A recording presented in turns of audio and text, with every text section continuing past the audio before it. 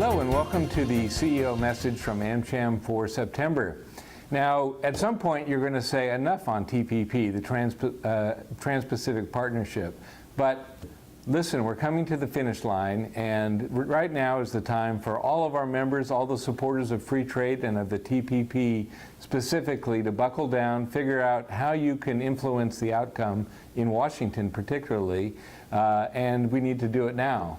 So AmCham has reached out very aggressively, I'd say, to all the American companies, big American companies doing business in Australia, to ask that each company make phone calls to Washington, in Washington, to encourage the Congress to put TPP on the lame duck agenda.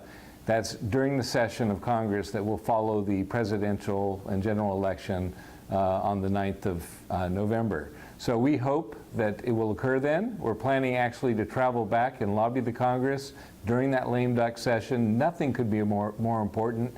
As one of my colleagues from another AmCham said on our conference call yesterday, this is a once-in-a-generation chance to influence the face of both American leadership and economic liberalization across the entire Asia-Pacific region. So pay attention to that. And support us as much as you can. You'll find on our website our position paper. You'll find interviews that we've done. You'll find a lot of activity around the TPP. Now, we're also talking a lot about innovation, because that continues to be the way of the future. AmCham has got no fewer than 4 different innovation missions in the pipeline for members and non-members alike. We have the Big Kahuna, which is our innovation mission to the United States, starting on October 4th in Seattle and going through to Silicon Valley and concluding on the 4th of November. So we still have a little space there, so please do consider signing up if you're interested in understanding what has made American companies the most innovative on earth and what lessons you can bring back to your workplace here in Australia from the leaders of those companies. We also have in Melbourne the innovation mission around Melbourne on the 6th of October. On the 10th of November, we have an innovation mission around Perth. And on, I believe, the 6th of December, we have a MedTech innovation mission around Sydney. So look at those on our website, and we'd love to have you if you can come. I'd just like to talk a little bit about personnel in the U.S. mission, particularly the outgoing U.S. Ambassador John Barry.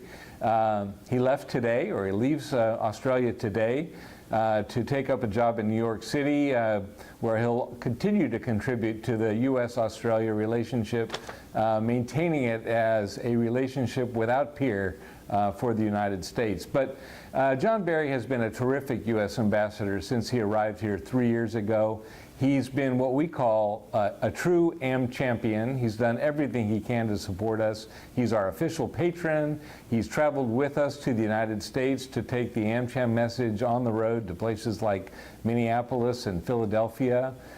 He's had our board to dinner. He's spoken to AmCham groups in every one of our cities across Australia where AmCham has a presence, etc., etc., etc. And a lot of the things that he has championed as ambassador have been issues like the TPP, frankly, and also taxation that are of vital interest to the business climate between the United States and Australia. So it's going to be, I think, a good long time before we have a new president. We know when that'll be, the 20th of January. But the process of getting a new ambassador out here will be long. And fortunately, we have in Jim Caruso, as of today, the Chargé d'Affaires ad interim of the U.S. mission, a great business-orientated person who will be carrying on the great work that John Barry has done for the last 3 years. We're also pleased to welcome, by the end of this month, here in Sydney, the new U.S. Consul General for New South Wales and Queensland, Valerie Fowler. We have a number of introductory events planned for her during the month of October, and she is also shaping up, like John Barry and Jim Caruso, to be a true AmChampion as well. If you look at our website, you'll see quite a number of other great events being put on by AmCham around the country during the month of October and into November. Please take a look and sign up. We'd love to have you come to as many of those as you possibly can.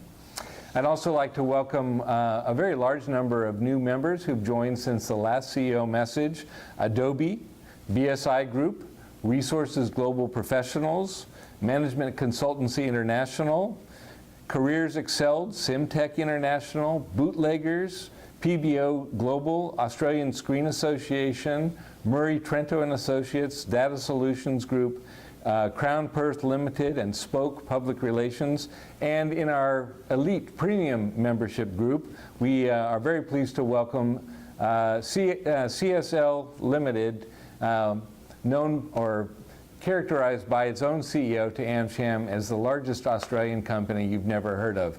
We at AmCham intend to help put a face to the name CSL Limited, Fortune or an ASX 7 or 8 company with market cap of over $40 billion. Welcome, CSL. We look forward to engaging with you. So that's the main news from AmCham for this month of September. Lots of change, lots of challenge, lots of excitement ahead. Please be with us here at AmCham as we move ahead to take them on. Thank you.